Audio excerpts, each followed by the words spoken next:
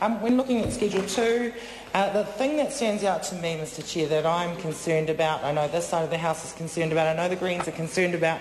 is the way in which the term council community has been omitted the whole way through Schedule 2,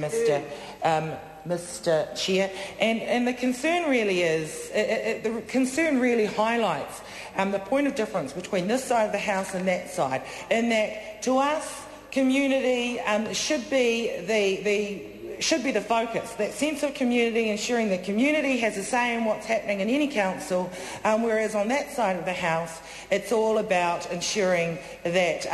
that democratic ability to have a voice is shut out. And we did actually see a good example of this is the recent local body election that we did have in Auckland, where you had two very different main mayoral candidates, one who was all about the corporate, and that was the one supported by that side of the House, and one who was all about the community, and that was Len Brown, the one that actually went on to win, and that person being supported by this side of the House. Now, I can imagine that a mayor who is all about community will actually struggle with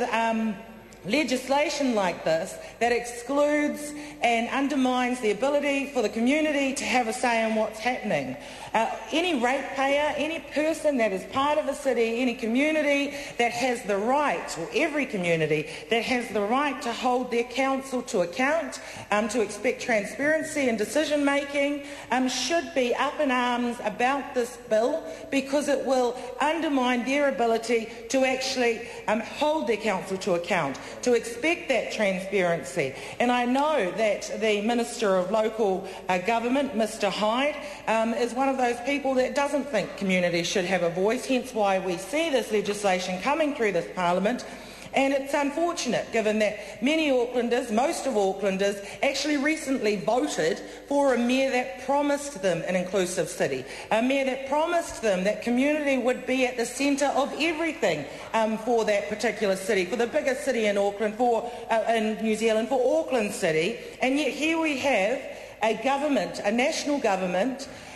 voting for a bill that actually undermines the ability for communities to have that. And I want to say it again. Auckland City voted for a mayor who was all about community, not for the mayor that was all about the corporate. And yet the government doesn't listen to that, the National Party doesn't listen to that, the ACT Party doesn't listen to that,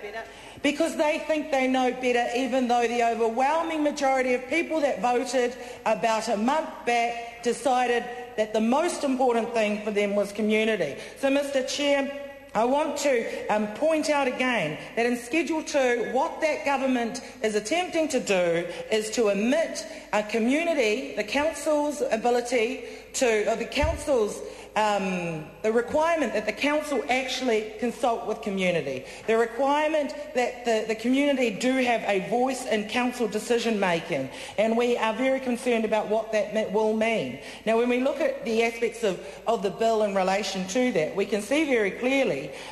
with regards to that corporate agenda versus that community agenda what the government is trying to do. So we see in this bill that what will be put into place is that the private sector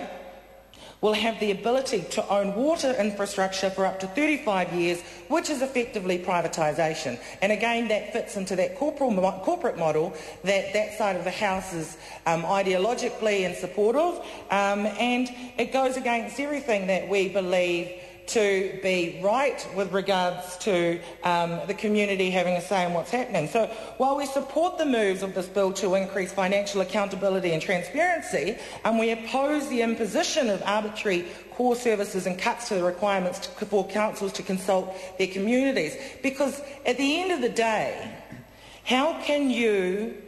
guarantee accountability and transparency when you are saying that on one hand, but then on the other hand, you are actually legislating so that the council no longer has to consult with the community about their views? Now, Mr Chair, with regards to community, I just want to point out that there are what we've seen is a merge of a number of cities in Auckland, some of which were very community focused, and many of whom will actually be, Mr Chair. Honourable Clayton Cosgrove.